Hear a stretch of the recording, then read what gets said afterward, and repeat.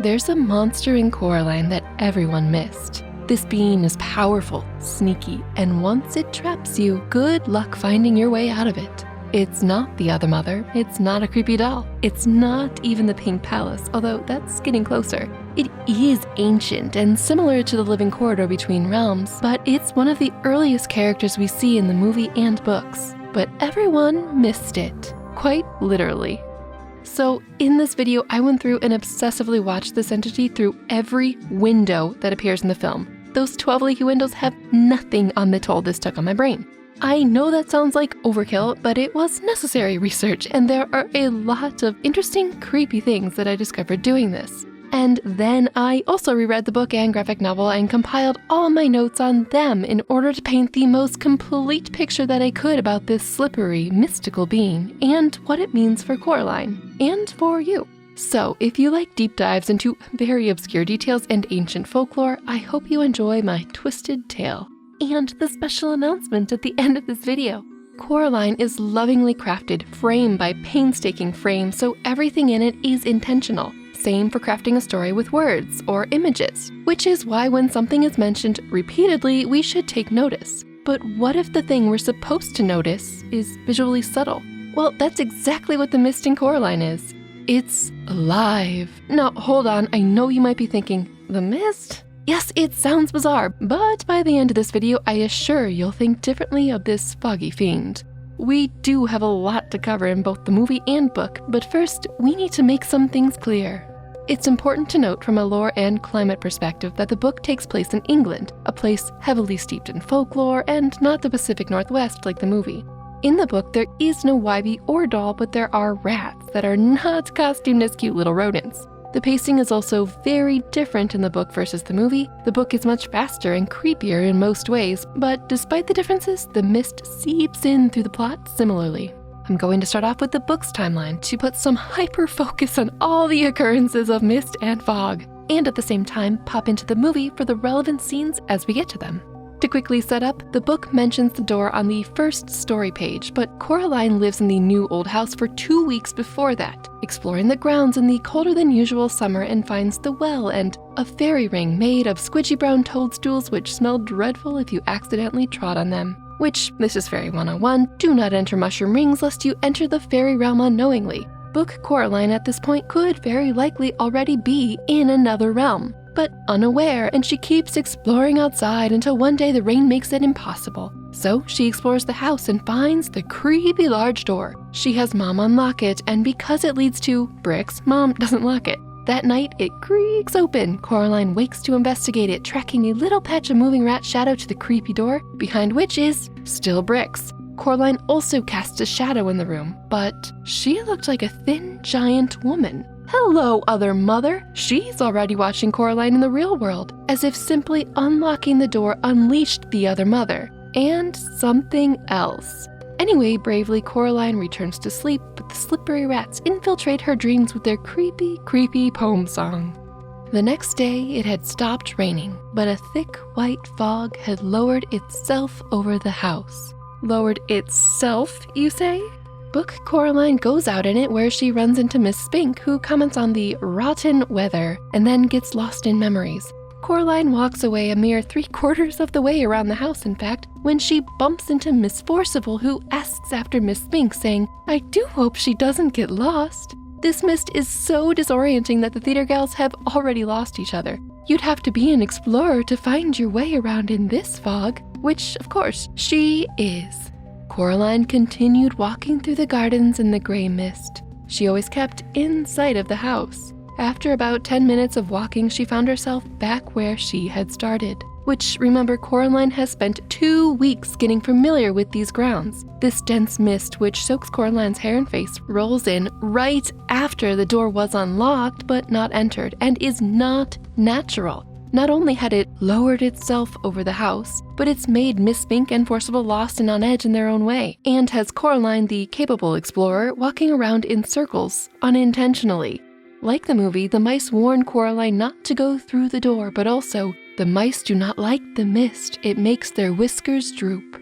These mice know a lot, and you know if they fear the mist, it's for more than a bad whisker day. This pervasive fog is a hint at what's to come once she finally does traverse the corridor into the other world. Or she's already on her way there. Because, you see, the corridor door is locked. And unlike the movie, Mom didn't do it. Coraline hasn't gone through the door yet, but she did trot on a mushroom circle and walk through this mist. She's also so taken with the mist that she tries drawing it, but after 10 minutes of drawing, she still had a white sheet of paper with M-I-S-T written on it in one corner in slightly wiggly letters. Mist is really difficult to capture on paper, and yet it completely changes environments and feels as though it transports you anywhere. And what's more, this mist changes form in the other world. It becomes gray and the world around it becomes sketches. So Coraline's drawing is kind of prescient. Barely a page later, after her iconic interaction with bored, overworked Dad, Coraline finds herself in Miss Spinkenforcible's flat, where they read ambiguous danger in her leaves and give her the stone with the hole in it. Eventually, Coraline heads out. The mist hung like blindness around the house. She stopped and looked around. In the mist, it was a ghost world, which could mean it's even thicker now, or has altered the landscape in some way, or has ensnared Coraline and is bringing her elsewhere. In the movie, this scene takes place after Coraline has unlocked and gone through the door. But to get us here from the movie's perspective, let's rewind just a bit. Mist is one of the first characters we meet. Right after the other mother sews the Coraline doll and it flies out of the starry window, we see our hidden monster right away, in the moody, heavy gray clouds and in the mountains. It's in the first shot the whole time, with Mr. Bobo bravely doing calisthenics on the roof of the ominous Pink Palace, the moving truck, movers, mom, neighbors, a Beatle-themed front door, etc. The mist also creeps into the mountainsides. Quintessential Pacific Northwest, right? Perfect for setting the tone and location of the movie, yes, but it's also much more. The clouds loom overhead as Coraline explores and unwittingly steps into a mushroom ring, not great, and then sticks her head in. The next day, the clouds are closer to the house. It's raining so much that exploring outside is impossible. Almost like something wanted Coraline to have to stay in, to find and unlock that creepy little door. When Coraline bargains with her mother in the kitchen, we see raindrops through the thicker, blurred kitchen window. But judging by the swaying pine trees, it's pretty windy. And yet, it's still foggy despite this. This cloud must be tenacious and purposely moving towards the house like it has a mission. This is when Coraline gets the spying doll. Every window leading up to finding the door is misty. The one in Dad's office is dreary. The 12 leaky windows are, surprise, surprise, fogged the fog up. The drawing room themed beetle windows are clear but rainy when she finds the door. That night, Coraline goes through the tunnel to the other world, where all the windows are not misty but clear and starry. A tiny silver sliver of waxy moon is hanging in the kitchen window, and Dad's office shows twinkling stars, not dreary rain. This is very reminiscent of the intro scene, all darkness and stars. Coraline wakes in what we assume is her real bedroom, and there's low billowing mist right outside of her window. Well, dense fog. Fog is technically denser than mist. Cut to the kettle with steamy steam to crank up this extra misty morning. Just look at that heavy fog that rolled in even closer to the house. This is the mist scene from the book, but visually changed so that we could see the animation and not just, fog. Coraline goes out in it, and it gets thicker up by Mr. Bobo's flat, inside of which is a pot boiling over, steam spewing out of its lid. By the time Coraline gets to Spinkenforcible's flat downstairs, the mist has reached the house, and the fog has gotten so heavy that it's absolutely pouring down into the stairwell, almost like it's reaching for Coraline, following her, trying to grab her. And because we're 2 for 2, let's go for 3. As the actresses warn Coraline about danger and prattle about death, the tea kettle boils, more misty steam coming out of it, and then of course the teacup and pot. So there's misty wonderland outside, of course, but also mist inside each residence too. When Coraline leaves Spinkenforcible's flat, the low mist has thickened even more, and it keeps on pouring in, so much so that it completely obscures Slug Hunter Wybie and the cat. It's also moving much, much faster and feels agitated and pushy and hungry. It's been getting closer. Now it's here. In the book, after the big mist, the next day the sun shone. Almost too good to be true, Coraline goes shopping, asks about the empty flat beyond the bricks, and finally goes through the musty old corridor. She meets the other mother, who is creepy right away, goes to the theater show, and retreats back to the real world where her parents are missing. Already! Like the movie, her parents appear in the mirror. Now, interesting thing about this mirror in particular is that it was already in the house when Book Coraline's family moved in. They didn't bring it with them. It could be a window into another realm. It could be anything. The trapped parents cannot speak through it, but mist allows them to communicate. Mom breathed on it, and quickly, before the fog faded, she wrote, "Help us," with the tip of her forefinger. The fog on the inside of the mirror faded, and so did her parents. Then Coraline realized, they aren't going to come back, are they? Not under their own steam. Which, breath, fog, mist, steam, all clouds, all mysterious and important in this story. The book Other Mother twists this fog when she uses the mirror to show Coraline's parents, happy to be rid of her. In the movie, this seems to be an icy fog Mom and Dad used to communicate in the mirror. It's still raining outside when Coraline burns the doll, but note that the snow globe in this world is still mist-free, even though her parents are gone. It's like the Other Mother's magic cannot work in Coraline's world, but this foggy, frothy outside mist can. Through the corridor we go, and the only snow globe that is misty is the one her parents are trapped in. Here, mist is used to obscure, but there's something else. It's also possible that the mist itself stole them. Mom went out in the mist to go grocery shopping, and we never saw her again. Dad was in town. Now they're gone. Something to watch is as the Other Mother's power wanes, this globe stays misty. On the other grounds, the further both Coralines get from the house, the sketchier the trees get until they become the rough idea of trees. Then she kept walking and the mist began. It was not damp like a normal fog or mist. It was not cold and it was not warm. It felt to Coraline as if she was walking into nothing. The Other Mother could only create the house. The mist is just here, on the borders. As the borders, perhaps? The world she was walking through was a pale nothingness, like a blank sheet of paper or an enormous empty white room. It had no temperature, no smell, no texture, and no taste. It certainly isn't mist, thought Coraline, although she didn't know what it was. There was no ground beneath her feet, just a misty, milky whiteness.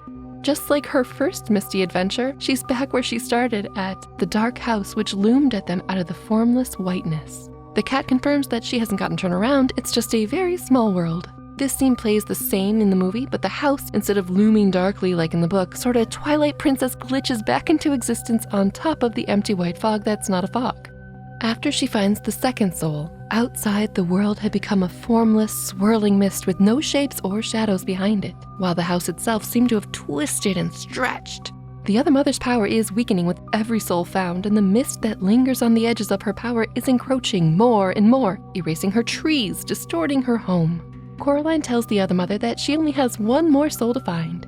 "Thank you, Coraline," said the Other Mother coldly, and her voice did not just come from her mouth. It came from the mist and the fog and the house and the sky. She's just creepily standing there in the paper gray fog of the flattening world. Between her voice coming from everywhere and the flattening of the world into fog, it seems like the Other Mother is unraveling in this mystical mist. On her way to the third soul, Coraline walked around to the side of the house in the gray mist that wasn't a mist. "I'm an explorer," said Coraline out loud, but her words sounded muffled and dead on the misty air. This more than mist entity is everywhere and hungry, eating her words. And from now on, the word mist is no longer referenced, but gray seems to have replaced it, like the gray in the movie. Once the exits have flattened, the house no longer looks real, more like a drawing, a crude charcoal scribble of a house drawn on gray paper. The mist, well, gray, is everywhere now, gray overtaking the scrawled house. The soul's marbles are also a frosted gray, like the Other Mother's influence has been drained from them. The movie also uses gray in this way to show the Other Mother's power draining out of the world, the souls, whatever it was used to create, and the gray nothing taking the space back. And like Book Coraline's words, something's eating the stars. After the theater, there are less stars out and more distant clouds, and the shadowed moon is nearly full. By the time we see Wybie's clothes hanging, there are barely any stars left in the sky. The button is about to eclipse the moon when Coraline nearly loses the third soul. The cat's timely gift stops it in its tracks, though. There are even fewer stars in the gray sky now, like something's obscuring them or eating them. The movie uses the button shadow to show the Other Mother's score in the game against Coraline, if you will. But there's another thing at play here. I think the glitchy gray is her score against the mist, and she's losing there. When the last soul is collected, I think the near last bit of the Other Mother's power is lost, the part holding back the white mist, the gray nothingness rest of the other world at bay. The Other Mother lives in a pocket and has been able to maintain her home for so long only by harvesting souls, which she no longer has. With the power crumbling, the house crumbles, the paper peels, and the defenses of the other mother in general are crumbling against the bigger blank thread of the gray emptiness. The button moon that was keeping Coraline's score now implodes to show the other mother's time is nearly up. She can no longer maintain illusions. But something is still maintaining that misty snow globe on the mantle. In a last-ditch effort to steal power, the other mother resorts to overtly trapping Coraline in her actual web, which is no longer an illusion but a flimsy spiderweb amidst the vastness of the blank white mist but not mist nothingness. It's scary how small she feels now, how insignificant her power feels when this is in the picture. The web is literally her last thread against the blank mist. Back in the book, Coraline, now home, still has more to do to get rid of the gray in the real world, because it's bled over metaphorically into that world too. The gray pre-dawn light showed her the whole corridor, not that corridor, completely deserted. She opened the front door and looked out at the gray sky, knowing she has to get rid of the key. Yes, these are poetic uses, but it feels as though this gray is fighting for its grip on Coraline's world, and losing, because after this gray morning, the weather is wonderful. And once Coraline tricks the hand, the night finally turns warm. The end. And to end the movie, the clouds do the same lingering thing in the real world. After escaping, for the first time, the outside world is not rainy or misty. Mom and Dad are back, and it's an uncannily clear night in what we hope is the real Pink Palace. We can see the first moon in the real world, again if you trust that's where we are. And it's waning, losing face, just like the mist and the other mother. As Coraline and Wybie struggle to destroy the hand and dispose of the key, the clouds above are positively roiling and boiling like they're fighting from above. When they succeed, the clouds thin to almost nothing and stop moving once the hand is gone and the well sealed. The other mother misty hands finally release their hold on the moon, and we transition into the first sunny day in the whole movie. I would say happily ever after, but I have serious doubts about that. In the book, this mist appears after the door is unlocked, but before Coraline goes into the corridor, like it's been unfettered and eager to escape. Mist is also used to communicate and twist and deceive. As the other mother's power weakens, the mist or gray nothingness gains strength in space. It's everywhere, outside, in the mind, in the other world. It destroys whatever is too weak. The mist in the movie is similar to the mist in the book, although it visually had to change. It's there all the time, constantly waiting in the background, but after Coraline has visited the other world, it feels like it followed her back out and is clawing to get her back. In both the book and movie, the fog and mist is present in the real world and the other world, both as clouds and then as gray nothingness. The other mother's magic, specifically the snow globe, does not show in the real world, but the mist does. Now for some fun, by looking through all the windows in the movie, we get to track a few things. First is the mist and how it works between the worlds. Generally, it's always foggy or rainy in the real world and starry and clear in the other world. Then they flip. As the other mother's power weakens, there are fewer and fewer stars in the other world, and it becomes dark, whereas the clouds pull away from the real world windows. Second, through the windows, we also get to track how time is passing in the other realm via the moon phases. When Coraline first visits the other world, we see a tiny sliver of a waxing moon. In our real world, this would actually be a waning moon. It's almost a dark moon. But here, it either seems backwards, and that's how I'll call it, or relative to the other mother's increasing or decreasing power. Because next trip through has a half moon rising above the garden, and by dinner breakfast time, the moon outside the kitchen window is now a smidge more than half full. Next time, after Coraline runs upstairs to get away from the buttons, we see nearly a full moon. Back home, after saving her parents, Coraline's real bedroom window shows a waning moon in a clear night. If these moon phases are anything to go by, time passes a lot faster in the other realm. We went from essentially a new moon to a full moon over the course of a couple days in the real world. In the book too, a ghost child says, "She'll keep you here while the days turn to dust and the leaves fall and the years pass one after the next like the tick, tick, ticking of a clock." Time passes differently in the other realm, kinda like the fairy realm, which is a major clue as to what our sentient-seeming mist could be. And finally, this is where we get into some nerdy-specific mist folklore.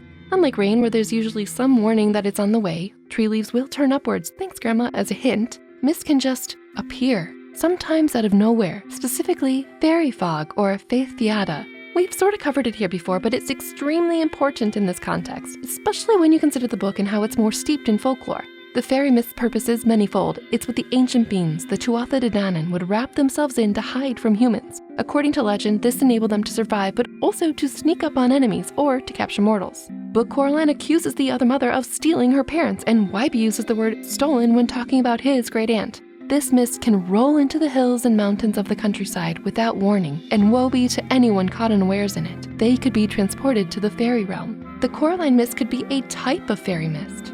We've also covered that the cat could be a type of fairy entity, and we also know from the book that the other mother has access to the fairy realm by the little fairy soul she trapped ages ago, or the other world is a fairy world itself. Fairies are notorious for unfair bargains, here skinned as gains. They also use food as a way to entrap a mortal into their realm longer, just like the other mother in her mouth-watering cooking. Also, everything supernatural happening after Coraline crosses into a mushroom circle at the very start of these stories certainly seems like fairy mischief to me.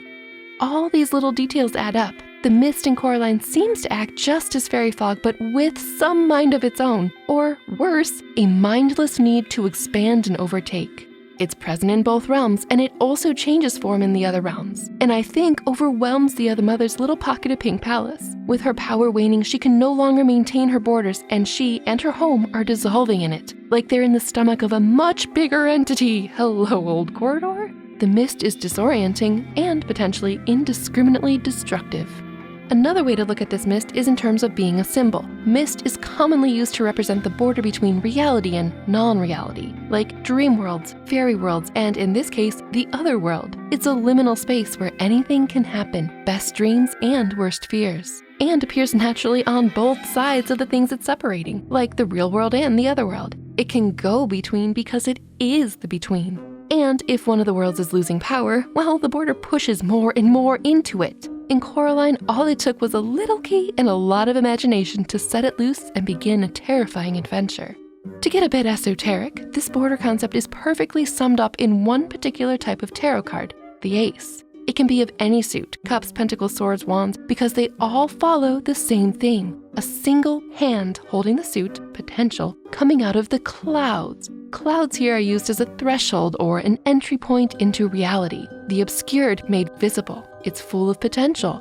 Can we just appreciate how cool that is? It feels like the other mother's hand is trying to guide or beguile us, or handing us a key to a problem. But now I'd like to demystify something else, something special and otherworldly. I've been uploading videos to Nebula, which is now my other home in a way. Nebula is a creator-owned and operated streaming service where creators get to experiment with new and interesting content, and I'm thrilled to be a part of it. I'll actually be releasing my next video on Nebula first, but it's not just early access to my videos. Nebula is filled with exclusive original content that only lives there. Like fellow creator Talefounder's exploration into Neil Gaiman's creative process, which covers some of my favorite works like Coraline and The Sandman. I've just moved in with my creepy weird animated stories, and if you want even more animated lore, check out Tale Foundry and Extra Mythology there too. Right now, Nebula is offering my viewers an incredible 40% off annual subscriptions, which works out to $30 a year or just $2.50 per month. That's it for exclusive and handcrafted early content from your favorite creators with no ads or interruptions. You can even download episodes in the app and listen to them on the go, or drift off to sleep while listening to me recount the creepiest of dark fairy tales. Sweet dreams, friends and fiends. This month, Nebula is offering lifetime memberships for $300. That's forever and always. But honestly, the annual subscription is the absolute best deal, and using my link does support my channel directly, just like watching my videos over there does. Thank you so much for checking out go.nebula.tv/abitfrank and seeing what Nebula is all about. I hope to see you in my other world very soon.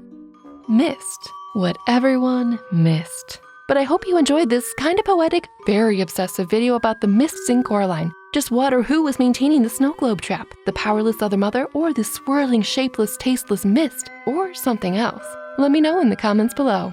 If you're out exploring and a fog rolls in, do keep your wits sharp and your non-button eyes peeled. And do be sure to subscribe so you won't miss the next spooky video. Goodbye!